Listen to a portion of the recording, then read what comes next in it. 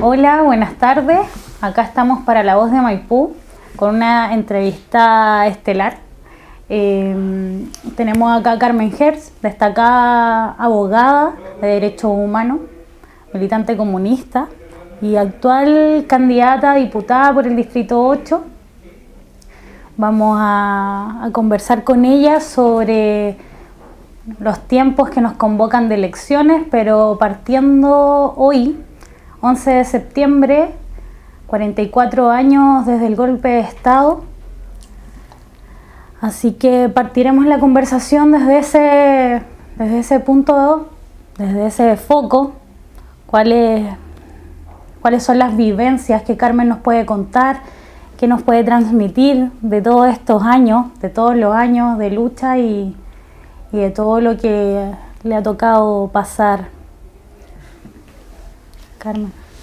Bueno, gracias Nicole por la invitación para compartir y reflexionar sobre el significado que tiene, ¿no es cierto?, conmemorar un año más desde el golpe de Estado que truncó las esperanzas, los anhelos de un pueblo entero y inició la etapa del terror en Chile.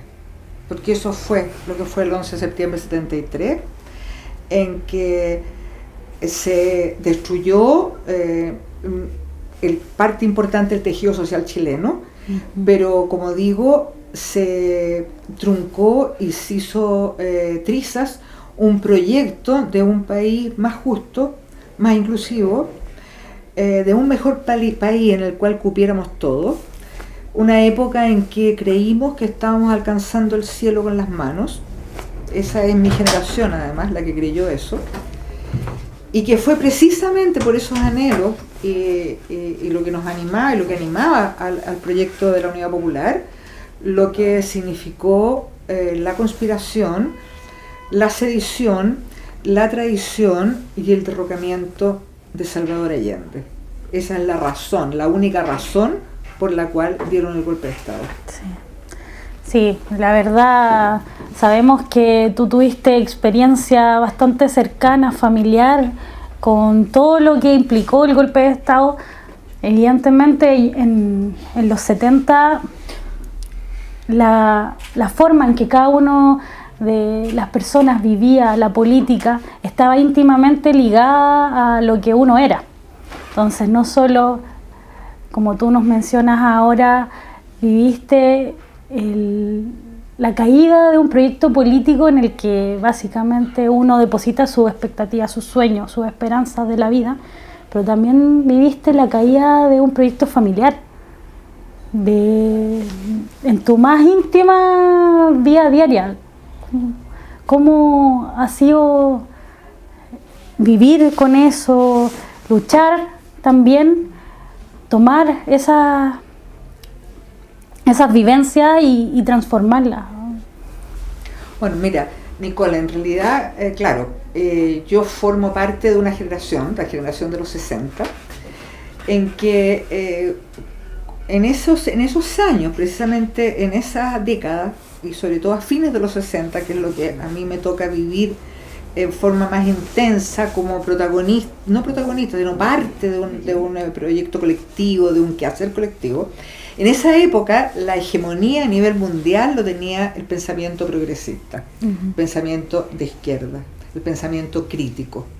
La juventud era hegemónicamente así. Y ahí está Mayo del 68, ¿no es cierto? Seamos realistas, pidamos lo imposible, que eso era la consigna que caracterizaba a esa generación. Bueno, nosotros como tal, por supuesto, nos hicimos parte del proyecto de Salvador Allende y era una época de mucha discusión. Además había una discusión muy rica al interior del movimiento de la izquierda sobre las vías. Estaba la Revolución Cubana iluminando mucho, te fijas, la discusión, cuál era el camino mejor para llegar a esta patria más justa, en definitiva, ya poder transformar la sociedad en la que vivíamos. Y ahí eran discusiones riquísimas. Y por cierto, la vida nuestra estaba asignada por la política, pero en el mejor sentido de la palabra, en que cada uno de nosotros éramos parte de un proyecto colectivo, y eso es lo que le da sentido a la vida, y le da sentido a las 24 horas de la vida. Entonces, todo nuestro quehacer estaba asignado, o sea, tenía la impronta de eso. Nuestras relaciones personales, nuestras vivencias, nuestras alegrías, nuestras preocupaciones, todo pasaba por el proyecto colectivo. Todo, absolutamente todo. Bueno, como decía, viene el gobierno popular, que le da un espacio muy grande a la gente joven. Yo, siendo muy joven, recién recibida de abogado, porque entré muy joven a la universidad, en esa época era posible hacerlo, fui secretaria de consejo de la Corporación de la Reforma Agraria, o sea, participé en forma muy activa en el proceso de reforma agraria, que fue uno de los procesos históricos más trascendentales para transformar Chile. Tal es así que sin la reforma agraria, incluso la sociedad de hoy, el agroexportador no existiría. O sea, si no se cambia la estructura de la tenencia de la tierra en ese momento, te fijas que se elimina el latifundio, que era un sistema improductivo en que la gente, los campesinos en la época del latifundio eran verdaderos siervos de la tierra. Sí. Es decir, era una sistema medieval. Medieval. Era terrible, es decir, supeditados absolutamente al dueño del fundo, el que le entregaba un goce, un par de gallinas, protección así paternal, hacían la primera comunión y los bautizaban dentro del fundo. Esa era una vida terriblemente subordinada y miserable. Bueno, eso se va rompiendo ya con la reforma agraria de Frey y con la sindicalización campesina. Y en esa tarea de sindicalizar y abrirle la vida, ¿no es cierto?, y la reivindicación a los campesinos, tiene un papel muy importante, primero, como te digo, Frey, pero también el Partido Comunista. Entonces, claro, esa es la impronta histórica que tiene el Partido Comunista. Es decir, organizó a los obreros del salitre, donde nace el movimiento obrero, despertó la conciencia en los campesinos, que fueron capaces de romper estas cosas tan opresivas, que no es un lugar común, sino yo viví eso. O sea, la situación de opresión era brutal, hasta que sindicalizarlo. Como te digo, bueno, tuve el privilegio de formar parte del proceso de reforma agraria que cambió la estructura básica de este país. O sea, como te digo, el capitalismo agrario hoy día exportador no sería posible si no hubiera existido la reforma agraria. Bueno, en ese quehacer, te fijas, del periodo de la Unidad Popular, mi marido, que era Carlos Berger, periodista y abogado, no, así, muchas gracias. Muchas gracias. Gracias, está muy bueno esto. Bueno, él en ese entonces también militaba en las Juventudes Comunistas desde muy pequeño, muy joven, desde los 14 años. Es distinto a mi experiencia, o sea, yo vengo de una familia de derecha, rompí con el mundo de la derecha y empecé a militar en el MIR, muchas gracias, y de ahí después me abría este partido que a mí me significó como una luz, realmente tan inserto en la realidad del mundo popular. Eso era lo que encontraba más significativo e importante. Bueno, Carlos, como te digo, era el jefe de gabinete del ministro Orlando Millas, que era el ministro de Hacienda en ese entonces, y casi en agosto del año 73 se le ofrece y se le pide más bien que se haga cargo de comunicaciones de la empresa de cobre Chuquicamata. En ese momento, igual que ahora, el cobre era el sueldo de Chile. Y precisamente en Chuquicamata y en el Teniente, el sabotaje de la derecha a través de los supervisores militantes de la derecha era brutal. Porque la parte más central que hubo de la conspiración contra el presidente Allende fue el estrangulamiento de la economía, como lo dijo literalmente Kissinger. Hay que estrangularle la economía a Allende. Y una de las formas de estrangular la economía era sabotear la producción de cobre. Entonces, para eso Carlos hace cargo de comunicaciones, porque era muy importante en ese momento, te fijas, trabajar en un centro de producción. Dejamos todo, yo dejé mi trabajo en la Cora y en agosto de 73 viajamos a Chuquicamata. Muy poco tiempo antes del golpe, 3 semanas antes. Nos fuimos con nuestro hijo y como jefe de comunicación de Cobrichuqui, Carlos era el director de la radio El Loa de Chuquicamata, que era la radio más importante en ese momento en la zona. Era la que más se escuchaba, la que tenía más audiencia, en fin.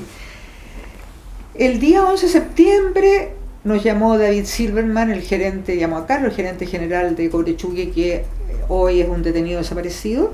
David fue hecho desaparecer en octubre del 74 por la DINA, mientras se encontraba cumpliendo una pena impuesta por un consejo de guerra de la penitenciaría de Santiago. Bueno, David le avisó a Carlos que desde Santiago le habían avisado a su vez que habían maniobras en Valparaíso y que estaba en desarrollo un golpe de Estado. Carlos se fue de inmediato a la radio, empezó a transmitir, pero muy rápidamente se cortaron las comunicaciones con Santiago y entonces Carlos estuvo todo el tiempo transmitiendo el comunicado de la Central Única de Trabajadores en ese momento, claro, que llamaba a los trabajadores a ocupar sus puestos de trabajo y a mantenerse en los puestos de trabajo. Y a resistir. Claro. Y entre tanto, mezclado con música, con la música que tenía ahí, se tocaba el Pueblo Unido, se tocaba el Venceremos, y en un momento, eso tiene que haber sido cuando se inicia, yo diría probablemente el bombardeo de La Moneda. Nosotros no nos enteramos, porque como digo, se cortan las comunicaciones con Santiago y Carlos recibe un llamado del jefe del regimiento Calama, que ya se había hecho cargo del control de la zona. El mineral en paralelo ya había sido allanado en Chuquicamata, había sido allanado por la unidad de artillería que estaba instalada en Chuqui y por refuerzos del regimiento Calama. El jefe de la zona, ya está decretado el estado de sitio, por supuesto, y el control militar, le dicen que clausure las comunicaciones, la transmisión de la radio. Carlos le pide a los funcionarios de la radio que la abandonen, ellos se resisten, él les insiste que por favor lo hagan, que se vayan, que no se queden, y sale a la calle con un micrófono, con un cable muy largo, y seguía transmitiendo el comunicado de la Central Única de Trabajadores, y eso debe haber durado muy poco de rato. Ahí llegan militares y carabineros, le allanan la radio, detienen a Carlos, se lo llevan al regimiento Calama. Poco tiempo después, debe haber sido como el 23 de septiembre, funcionan los consejos de guerra Chuquicamata, que fueron los primeros que funcionaron en el país, porque la Junta Militar decretó la ficción del estado de guerra para que entraran a funcionar los tribunales militares en tiempo de guerra con penas horrorosas y tipificando como delito las conductas completamente normales hasta ese momento, por supuesto. Carlos fue condenado a una pena, yo fui su abogado además en el Consejo de Guerra, a una pena de 61 días de prisión, y mientras se encontraba cumpliendo la pena en compañía de muchos presos políticos en Calama, llegó lo que se denominó después la Caravana de la Muerte, la comitiva de altos oficiales de ejército a cargo de Sergio Arellano Stark, quienes eligen a 26 presos políticos en Calama, los sacan y los asesinan en las afueras, en Topater, en una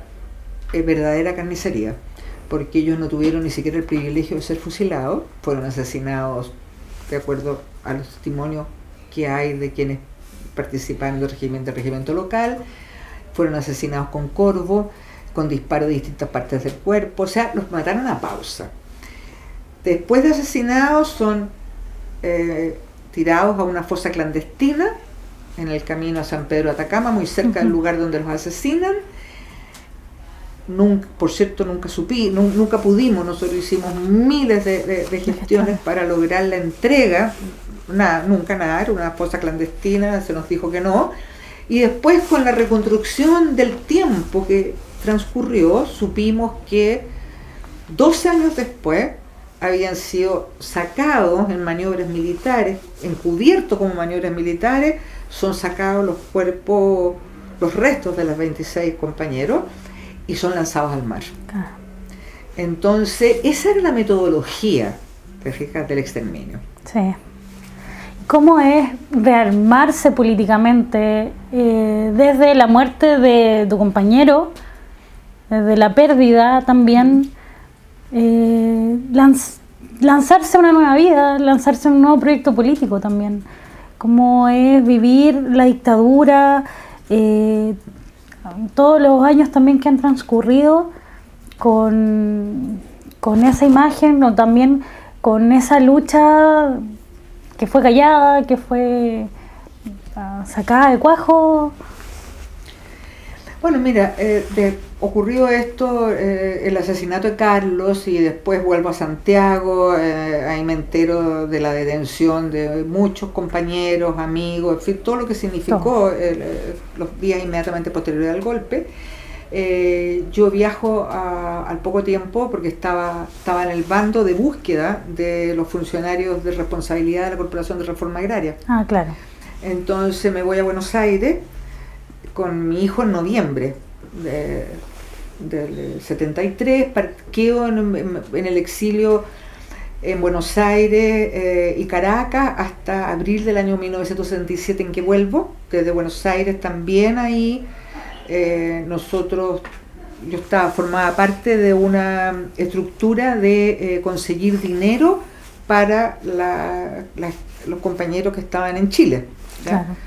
Y esa estructura que conseguía este dinero de solidaridad para enviarlo a la resistencia antidictatorial, que apenas funcionaba, pero funcionaba en Chile, son detenidos en Buenos Aires, en el marco de la llamada Operación Cóndor, que está funcionando, que es la coordinación de los servicios de seguridad a nivel latinoamericano, uruguayos, chilenos y paraguayos.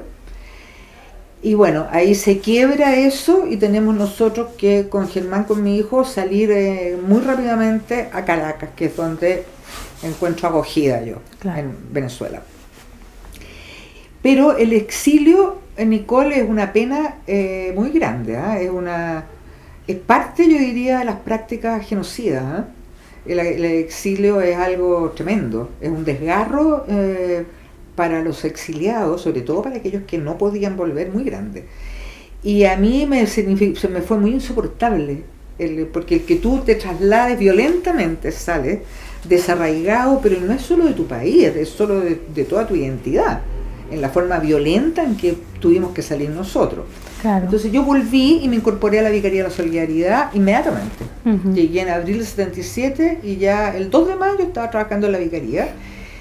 Y tú me dices, ¿cómo? Bueno, como siempre, siendo parte de un proyecto colectivo. O sea, yo siempre he sabido que lo que nos ha ocurrido a nosotros por formar parte de un sector social de la izquierda chilena, a la cual se trató de eliminar y exterminar, primero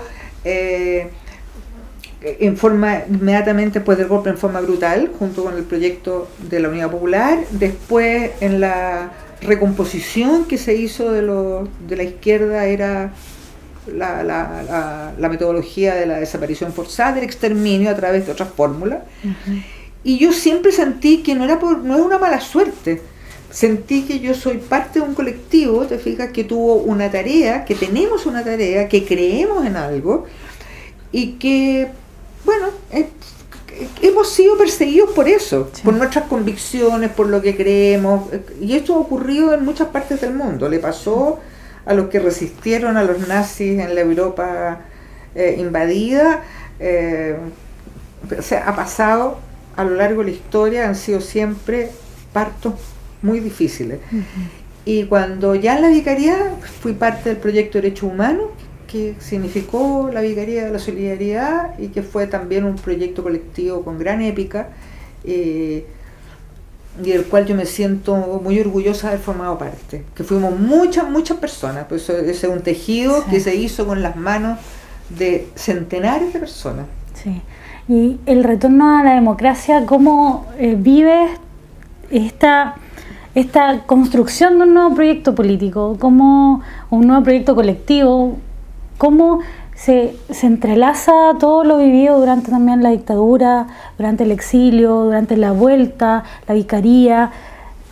¿Tú te insertas en este llamado retorno a la democracia? ¿Cómo lo vives? ¿Cómo lo sientes también?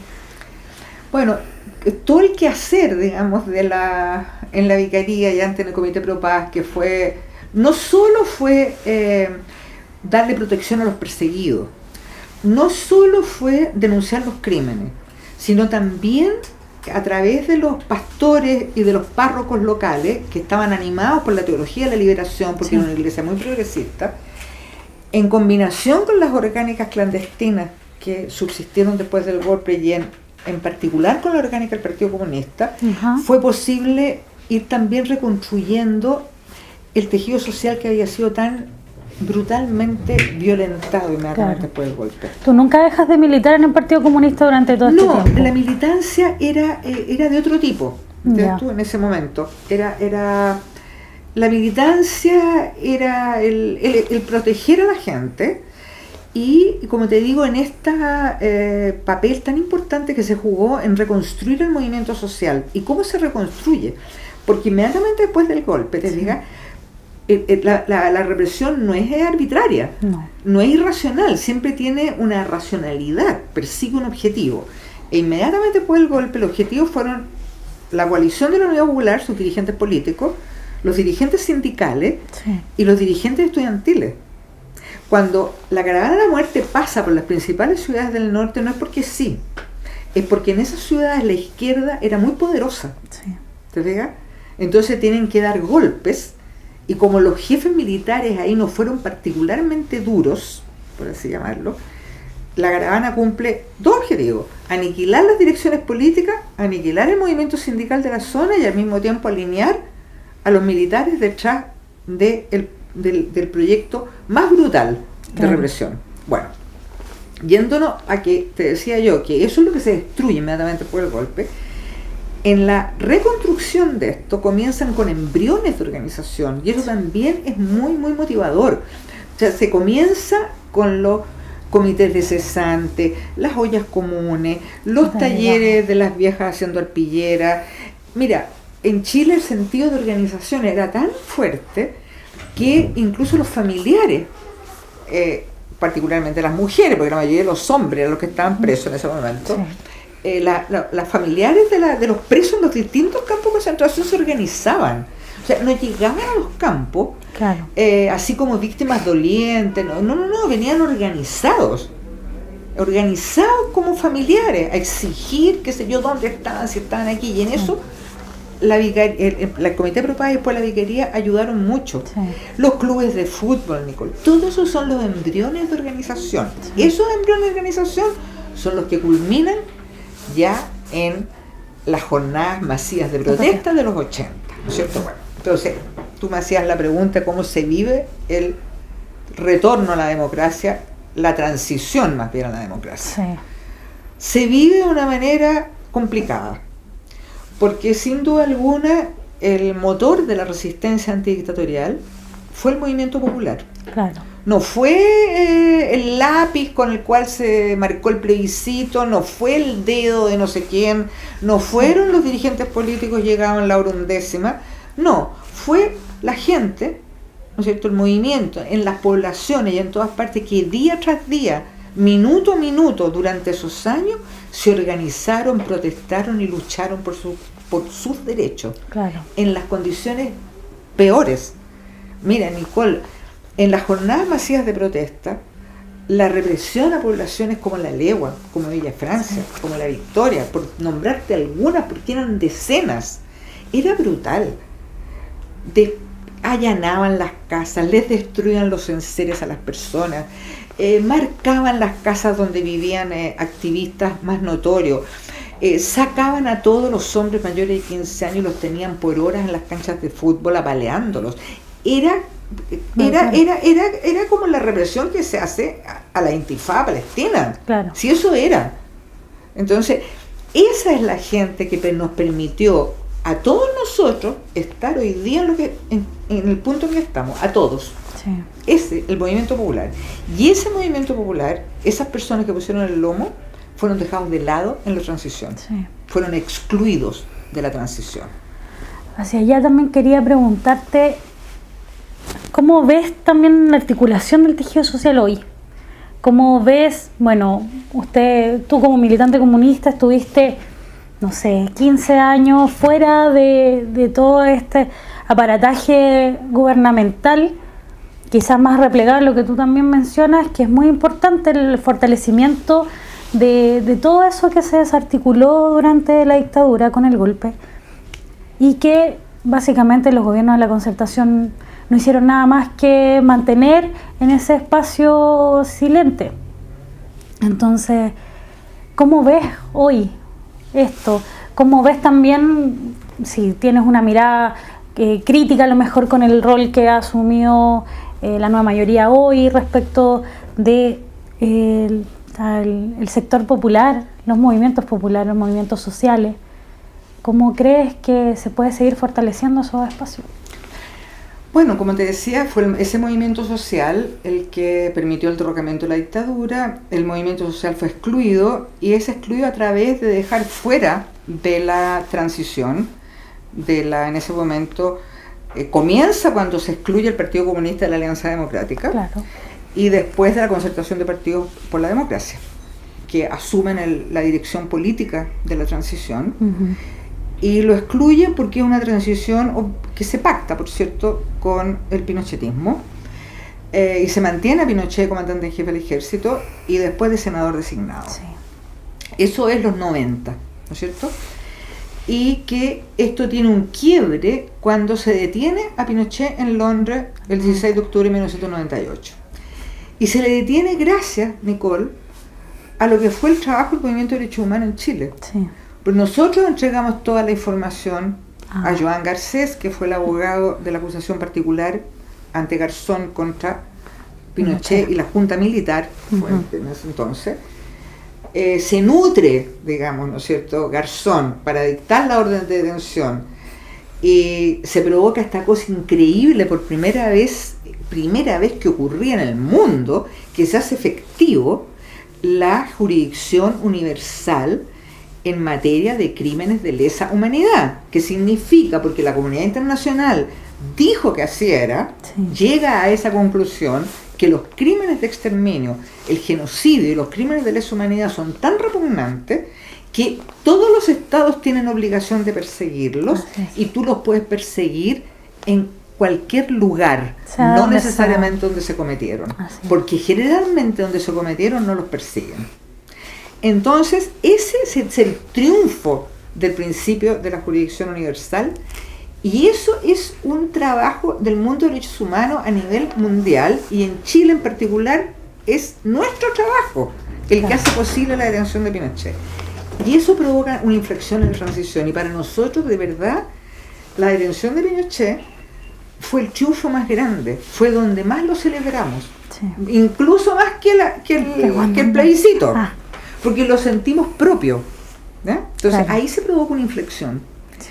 Y bueno, y conocemos lo que pasa. Ahí quedan en evidencia los pactos de impunidad, los pactos tácitos de impunidad, por todo el lobby desesperado que el gobierno hace para tratar de liberar a Pinochet en Londres. Es el gobierno de Ruiz Tagle. De Frei Ruiz Tagle. De Frei Ruiz Tagle, y lo traen cuando está Lago.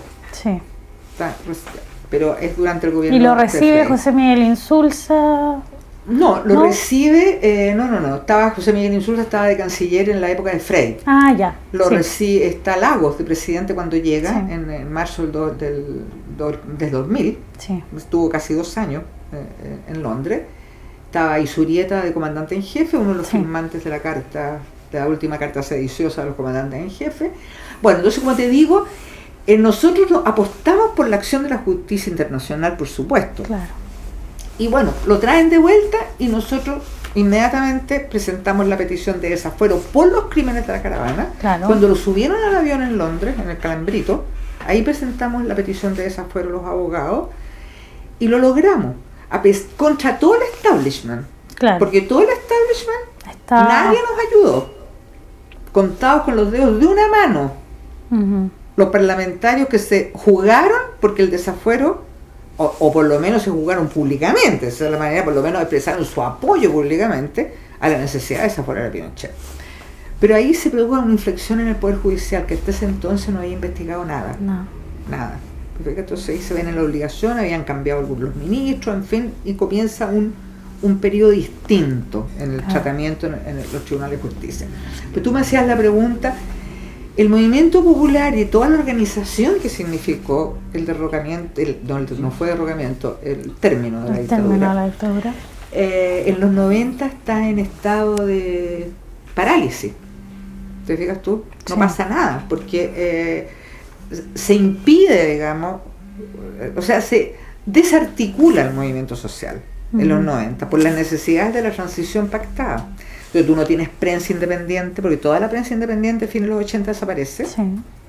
Recordemos que Tironi, el principal asesor comunicacional de la Concertación, dijo que la mejor política comunicacional era la que no existía. Entonces terminan todas las revistas independientes, termina la época, entonces no tienes ni prensa crítica, y por lo tanto el movimiento social estaba también en un estado de parálisis. Porque también cuando tú tienes un pueblo que se movilizó de forma tan intensa como fue el chileno, y termina en forma tan frustrada su movimiento, hay una cosa traumática también. Tú no le puedes pedir a ese mismo movimiento que siga.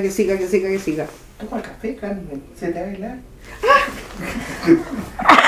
Si está al lado te lo calentamos. ¿Más que está bien? Ya. Si pueden ahí hacer el break, si no importa que esté en directo. No vamos a probar el café. Hace como café frío, está rico. Muy buen café, sí. La verdad. Bueno, en los 90 pasa eso. Como te decía, la expresión del movimiento popular de esa época son fundamentalmente el Partido Comunista y el Partido Socialista, que fue desarticulado en el 75, el sector de izquierda del Partido Socialista, que también queda aislado. Claro. El sector de izquierda del Partido Socialista que afuera de la transición. El sector que representó Clodomiro Almeida, qué sé yo, fuera. El que había formado el MDP, que era el Movimiento Democrático Popular, con los comunistas, quedaron fuera. Sí. Bueno, y quizá a lo mejor también la dirección del Partido Comunista puede ser se aisló también, se inquietó. Y bueno, y así en los 2000 también todavía hay una cosa muy pequeña, se sigue haciendo el trabajo, pero la gente no se moviliza. Y llegamos a la gran movilización pingüina, y también viene todo el despertar del movimiento estudiantil. Claro. Entonces yo creo que nosotros estamos en un momento importante. Yo creo que se está rearticulando el movimiento social. Si tú ves el movimiento de la coordinadora No Más AFP, es algo importantísimo. Te fijas que la gente salga, pero la gente también necesita lograr algo, ¿no es cierto? El movimiento estudiantil sigue, pero yo creo que falta todavía, falta, indudablemente está en un ciclo en que es necesario más conducción política. ¿Y cómo es? Bueno, antes de comenzar la grabación lo conversábamos, cómo es convivir dentro también de una coalición política, donde tenemos todo este mundo que en los 90 hasta los 2000 se oponía terminantemente básicamente a fortalecer el mundo popular, a fortalecer la articulación social, que él apartó también al Partido Comunista de la política, del gobierno, y de tomar parte y cartas en estos asuntos. ¿Cómo es también hoy estar en esa posición, básicamente con ellos al lado y en ese tira y afloja? Sabemos que, no sé, quienes dirigieron la oficina en su momento hoy están básicamente de su lado. Entonces, ¿cómo se convive con esa contradicción? Claro, es que hay lo que es la percepción subjetiva de la situación, y otro lo que fue la decisión política. Claro. El PC se incorpora a la nueva mayoría, ¿no es cierto?, con el programa presidencial de Michelle Bachelet. Claro. Que independientemente de los logros reales, era el primer programa presidencial de todos los periodos de la Concertación, y por eso se llama nueva mayoría, porque se incorpora el PC, en que efectivamente en ese programa presidencial, que es lo que apoyó el Partido Comunista, los objetivos de reforma eran reales y reformas que por primera vez en 20 y tantos años desde el inicio de la transición se planteaban. Así es. ¿Cierto? Bueno, esta coalición de la nueva mayoría, todos sabemos, no estoy descubriendo nada, una coalición tremendamente contradictoria y con sectores internos que sabemos boicotearon y sabotearon esa reforma, ¿no es cierto? Y había no solo un alma de la nueva mayoría. Claro. Y además tú ves también toda la reacción frenética de la derecha a través de todas las expresiones que la derecha tiene, el control de los medios de comunicación, los poderes fácticos que actúan. La arremetida contra la presidenta Bachelet ha sido espantosa. O sea, estamos en la nueva Unidad Popular. No, atroz. Para atroz. el Mercurio. Que fue tratar de destruirla. Sí. Y el caso Cabal, que hasta ahora yo no sé, harto raro el caso Cabal, porque si tú ves en el caso Cabal, todos son UDI, todos los implicados, salvo la nuera, claro, son todos UDI. Bueno, no importa, pero eso que ocupan, ¿no es cierto?, las portadas de todos los diarios, de todos, los del duopolio y los diarios llamados independientes, ya, era dar, o sea, destruyeron el capital político más importante de la presidenta, que era su llegada sencilla a la gente. La presidenta es una mujer muy proba, muy correcta, muy íntegra, ¿te fijas? Y le destruyeron eso, le destruyeron lo que la hacía cercana a la gente. Claro. Entonces, destruye a la presidenta, hace esta campaña y además tiene sabotaje interno. Entonces las reformas, uno de los problemas que tuvo este gobierno y que ha tenido es cómo se diluyeron las reformas. Claro. La tributaria, la cocina Saldívar. La educacional, que yo creo que efectivamente la gratuidad a 270.000 estudiantes de educación superior es un logro que nadie puede desconocer. Pero el resto de las iniciativas van y vienen. Que las universidades estatales, que el problema, que el crucho, en fin. Entonces hay una serie de cosas que uno no termina ni siquiera de entender todas las aristas. O sea, es todo muy complejo también porque, por ejemplo, si bien la gratuidad es una medida, es una reforma que cae directamente también en los bolsillos de las personas que no tienen los recursos para enviar a su hijo a la universidad, pero sí, se puede decir que también es un voucher, porque finalmente financia educación privada y pública por igual.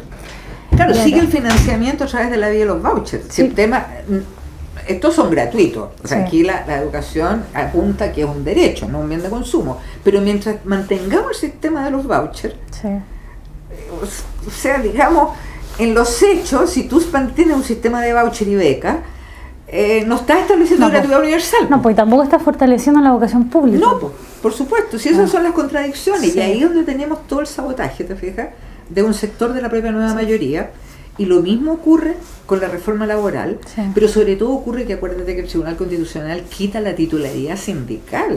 Ese es casi el corazón de la reforma laboral. Carmen, ¿y tú crees que la salida de la DC, bueno, no sé si la DC todavía será parte o no de la nueva mayoría, pero la salida de la DC, de este pacto parlamentario, de llevar candidato propio en las presidenciales, ¿tú crees que puede dirigir una mirada de la nueva mayoría, o si es que cambian de nombre, de coalición, hacia un lugar mucho más progresista, que pueden dirigirlo, que pueden lidiar también con avanzar en...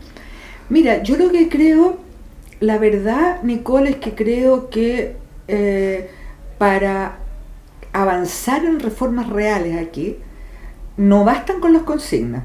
Tú tienes que crear mayorías, ha sido siempre eso, detrás, no mayorías por mayoría, sino que detrás de reformas, de una agenda progresista. Claro. Eso es, ¿no es cierto? Y sobre todo hoy estamos viviendo un momento particularmente grave. Aquí la derecha está, hoy, que estamos hablando tú y yo, en una arremetida brutal yo te diría, casi sediciosa, alentando las cartas de los altos oficiales de ejército en retiro, Armada, Fuerza Aérea, al día siguiente son los coroneles, al día subsiguiente son los suboficiales mayores, y nada de eso es posible si los altos mandos en activo no lo aguantaran. ¿Y cuál es el sector político que respalda todo esto? La derecha. Pues bien, Lo que te quiero decir es la construcción. Yo creo que el mundo demócrata cristiano, el demócrata cristiano de a pie, Nicole, no es de derecha, no ha sido nunca, ni siquiera es neoliberal. Claro. La gente de a pie del mundo demócrata cristiano es un mundo que cree y creyó en las encíclicas sociales, que cree en que el Estado tiene que tener un papel importante de asegurarle la mejor calidad de vida a la gente, porque no es el mercado el que le soluciona.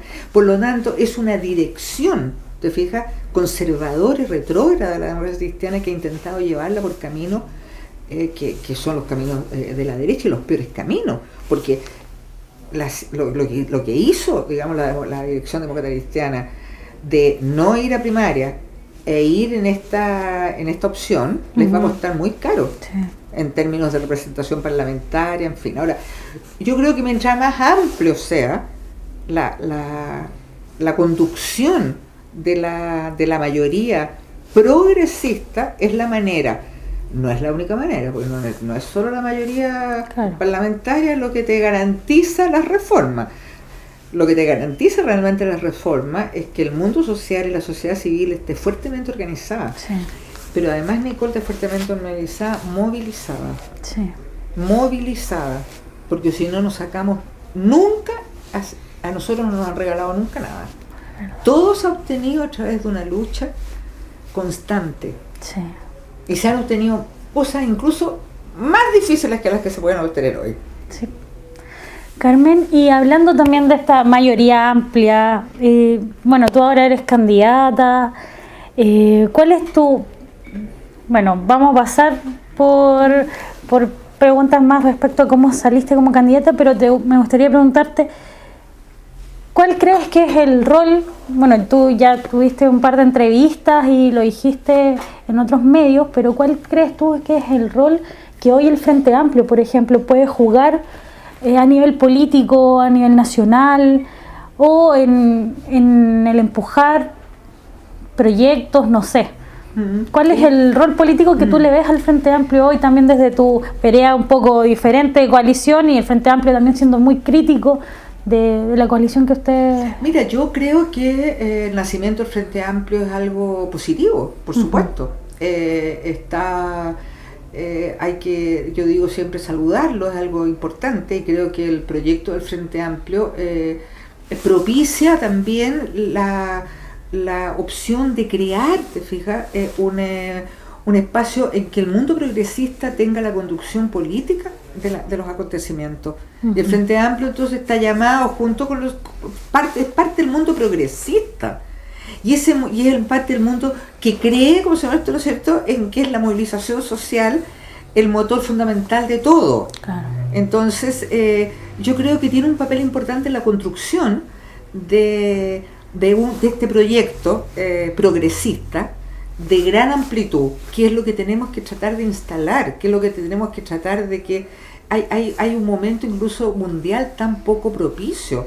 Si tú ves lo que ocurre en la región, están los sectores más conservadores, más reaccionarios, más neoliberales, y ser más neoliberal significa proponer un país, una sociedad cada vez más desigual, en que la mayoría de la gente no es feliz, sino que está todo en manos de una élite que lo pasa estupendo, pero que el resto viven endeudados hasta el cogote, teniendo que pagar por la educación para que sea buena, si no pagan por la salud es una mugre, si no pagan con pensiones indignas. Sí. Bueno, eso es lo que está ocurriendo. Hay una ola, ¿te fijas? Que no es casual tampoco, está alimentada por varias cosas, muy reaccionaria en América Latina. Entonces eso es peligroso, porque es peligroso a nivel del mundo además. O sea, tú comprendes que hoy día, cuando tenemos a un demente dirigiendo los Estados Unidos, a un fascista delirante como es Trump, sí, que puede hacer cualquier cosa. Y esto tiene todas unas razones de ser. Si Trump no llega a ser el presidente de Estados Unidos, porque sí, es porque la izquierda, la llamada izquierda, la socialdemocracia, por así decirla, o sea, los demócratas, que son la expresión de los demócratas en Estados Unidos, y los partidos socialistas en Europa, abandonaron de tal manera el papel de de ser efectivamente el conductor de la agenda progresista y empezaron a aplicar y hacerse las mismas políticas que la derecha, las políticas en Europa, las políticas de austeridad más brutales que afectaron a la gente de una manera dañina, tremenda, que llevaron a la pobreza a muchos sectores. Bueno, esa gente no distingue, esas personas no distinguen entre derecha e izquierda, si la socialdemocracia le está aplicando las mismas políticas. Claro. Entonces, en ese contexto, Nicole, es bien peligroso, porque las salidas populistas de derecha y fascistas están a la vuelta de la esquina. Sí. Es peligroso. Y ahora en el escenario también de que Piñera podría ser presidente, ¿cuál crees tú que es el rol del Partido Comunista, de la nueva mayoría?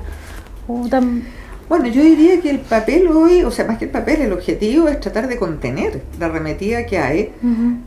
Para mí, lo digo derechamente, o sea, que gane la derecha para mí es una pesadilla.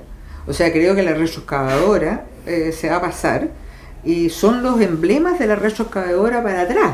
Es una retroexcavadora que te retrotrae a situaciones en que Chile está liderando los países más desiguales lidera los países más desiguales en la OCDE. Sí. Y está entre los 5 países más desiguales del mundo. Y si se pasa la retroexcavadora y llegamos y retrocedemos en las tibias reformas que hemos avanzado, la vida de nuestra va a ser muy tormentosa y muy angustiante. Vamos a seguir siendo sobreendeudados,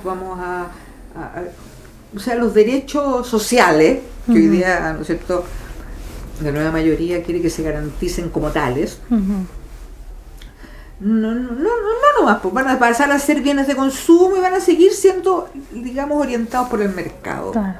¿Tú crees que la apuesta, bueno, en tu caso por Guillé, por también tu candidatura parlamentaria, va en la dirección también de seguir profundizando las reformas?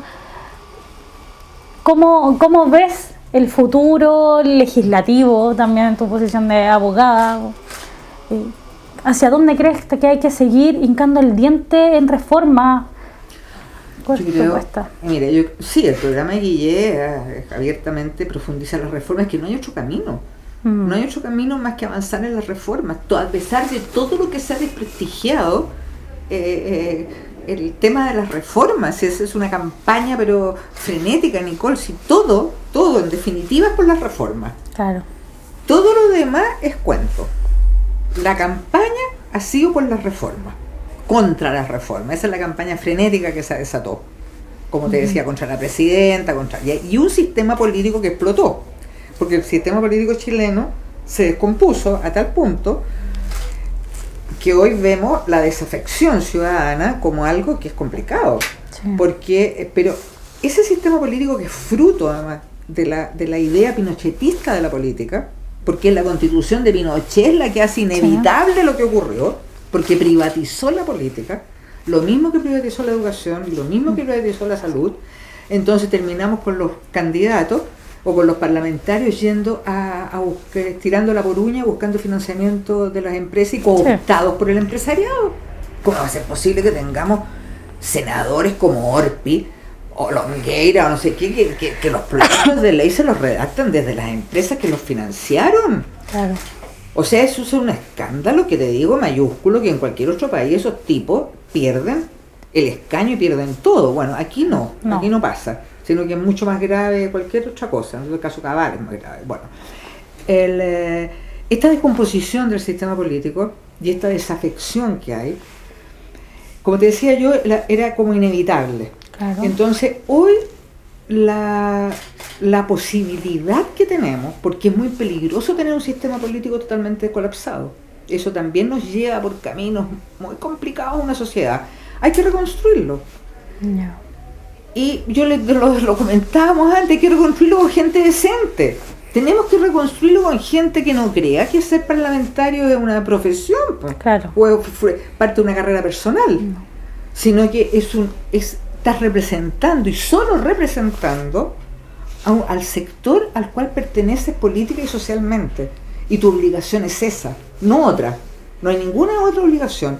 Bueno, eso más la organización de la sociedad civil y su capacidad de movilización es lo que va a hacer posible las reformas. Yo no creo que haya otro camino para este país que no sea profundizar reformas.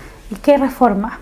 Mira, fundamentalmente, aunque no está visibilizada como se dice hoy, y no es una demanda hoy día de los candidatos presidenciales, la Constitución es necesario sí o sí cambiarla. Porque la Constitución es el marco en el cual tú, yo, todos los que estamos aquí, todos los que vivimos en la comuna, los que vivimos en las otras comunas, nos relacionamos. Es el marco dentro del cual es el pacto social. ¿Y qué pacto social tenemos hoy día? Uno en que caben unos pocos, el resto no cabemos en ese pacto social, y ha sido diseñado por Pinochet. Entonces tenemos, y esta Constitución te amarra. Por ejemplo, el sistema de pensiones al cual hay que ponerle fin a las AFP para que el sistema de pensiones realmente sea digno y no solo el maquillaje, porque yo a la reforma actual, no, esa reforma no te soluciona las cosas. No, aquí tienes que terminar con las AFP y se ha demostrado hasta la saciedad que es posible el sistema de reparto, que es una mentira que no es posible. Instituciones como el CENDA lo han con estadísticas en la mano.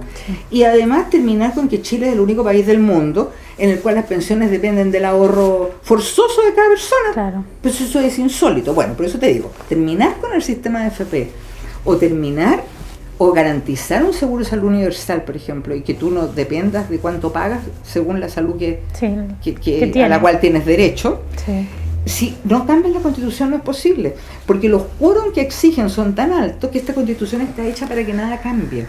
¿Y de qué forma, qué mecanismo? Yo creo que logrando conducción, logrando mayoría, por una parte, son dos cosas que van de la mano. Lograr mayoría progresista en el Congreso, porque ahí se discuten las leyes, lograr esa mayoría, hoy día es posible con este sistema, por el sistema proporcional, que no es absoluto, es relativo, claro. Bueno, pero no es el binominal, y seguir organizando a la sociedad civil en sus distintas expresiones que todavía está débil. Claro. Tenemos los sindicatos todavía débiles. Y Asamblea Constituyente. Y la Asamblea Constituyente es el mecanismo para la nueva Constitución. Ajá. Pero eso es una lucha constante, porque es una lucha, además, como digo, de nuestra sociedad civil que se organice y se movilice.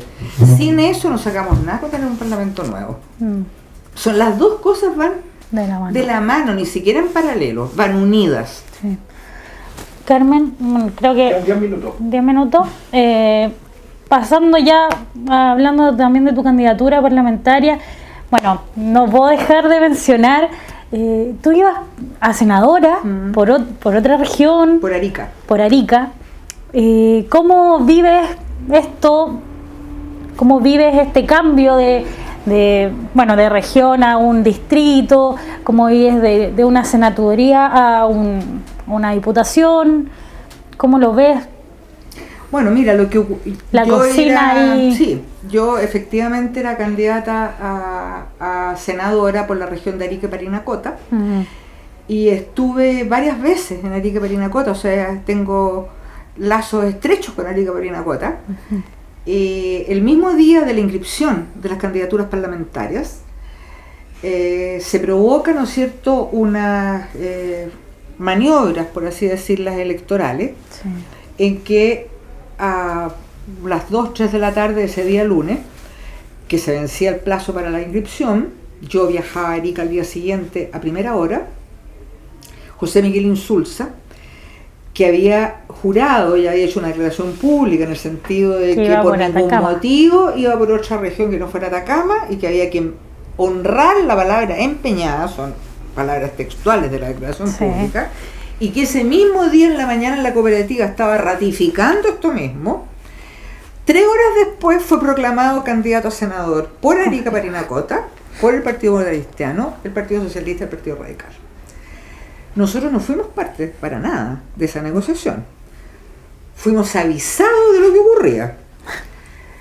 En esas condiciones, porque yo siempre lo he dicho, te fijas, esto de que te bajan, te suben, son terminologías que a mí me cargan, o sea, claro, encuentro que son muy degradantes. Pero en este caso no hubo ninguna bajada de ningún tipo, o sea, tú, con la dirección del PC y ante esta situación de conjunto, decidimos que era un escenario el menos propicio para insistir en la candidatura nuestra. Claro. Y fue extraordinariamente incómodo, por decirlo de una manera elegante. Fue una situación de hechos consumados frente a la cual se nos puso. Sí. Y antes de eso tuvieron que acatar.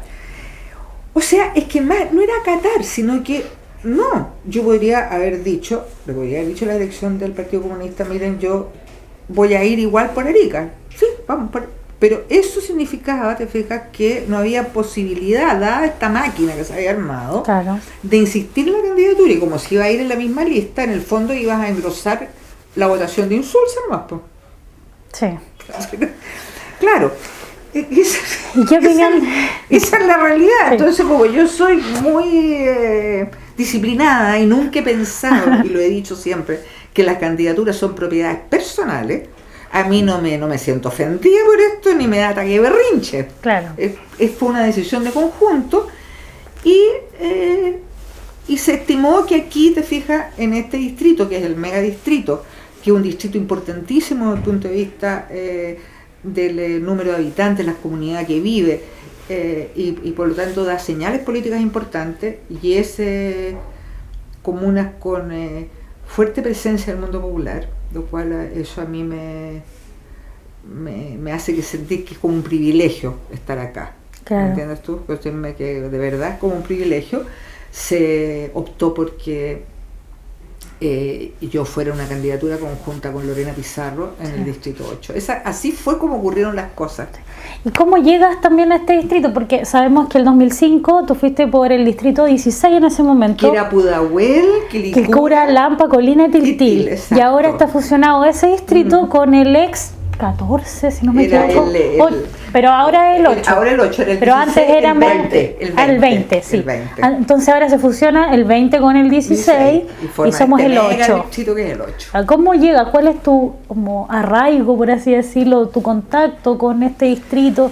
Bueno, ¿cómo se gesta esa candidatura? Y ahora en 2005 estamos en el, digamos, el apogeo del sistema binominal, pues, claro, y de la exclusión de los comunistas del sistema político. Saliste cuarta en esa elección.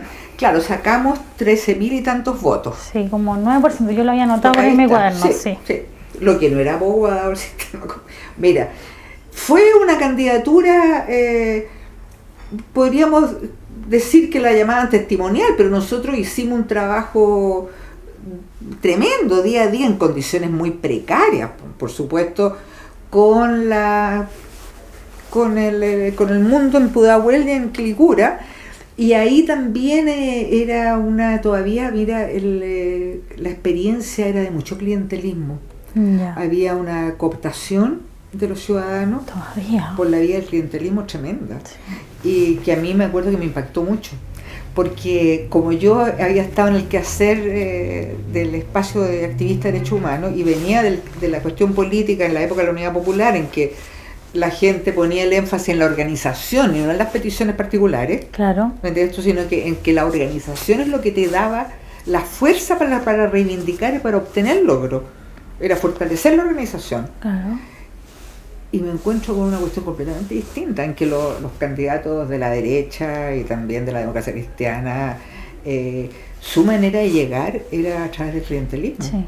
Eso juntas de vecinos, todo. Pero mira, ya junta de vecinos una organización, pero era a través de repartir dulce. Sí. O sea, era o de hacer Arito promesas. Arito Perla, en la feria. Eso a mí me impactó. Pero para mí también fue muy estimulante el contacto con la gente. Lo que recuerdo, así como tengo como muy metido, y que fue una experiencia importante y de enseñanza para mí, era la conversación en la puerta a puerta, las conversaciones que se mantenían con la gente, resolver cuáles eran los problemas reales que en ese momento, el 2005, la gente tenía. Claro. Aun cuando fuera toda esta cosa, de fijar la cooptación allá del clientelismo, qué sé yo, era saber qué era lo que estaban pensando, qué estaban esperando. Y había pocas maneras de avanzar, pues estábamos en pleno binominal y nosotros en una precariedad, pero, o sea, yo la campaña la hice en el carromato de un amigo mío actor. de Sergio Madrid que se murió, ya andábamos en el carromato de él, ya veríamos atrás y conversábamos básicamente con las personas. Entonces Pudahuel, sobre todo Pudahuel, fue un espacio donde yo trabajé mucho. Sí, o sea, recibes como con el corazón abierto, por así decirlo, esta nueva candidatura acá, a pesar de la cocina y que te moví, o sea, que decidiste moverte de un lado para otro. Claro, porque es así, pues. Yo estoy formada, tengo esa escuela, Sí. esa formación. La formación de que esto no es un proyecto personal, como te dije al comienzo. Sentirse parte de un proyecto colectivo, en definitiva, es lo que te da sentido a la vida, Nicole, y te da la adrenalina para el esfuerzo, para poder hacer un esfuerzo cotidiano, que sin esas convicciones, porque en definitiva son las convicciones las que te mantienen. Tú me preguntabas cómo fue posible después de todo lo que ocurrió. Bueno, eran las convicciones hizo posible que estuviéramos en la vicaría, estábamos convencidos que teníamos la razón, las convicciones nos hizo seguir en esta década nefasta que fueron los 90, y en definitiva eso es lo que nos ha dado la vida. Convicciones. Las convicciones. Ya, Carmen, muchas gracias, fue un gusto y esperamos seguirnos viendo en otras ocasiones, otros lugares. Ahora, Gracias al café. ¿Ah? Gracias al café. Gracias al café KB. Y ahora nos vamos a la conmemoración de los 44 años del golpe de Estado en el memorial de acá, en la Plaza de Maipú. Nos vamos, también va Carmen, vamos nosotros, vamos todos. Bueno, gracias a ti, gracias a ustedes, Nicole. Muchas gracias.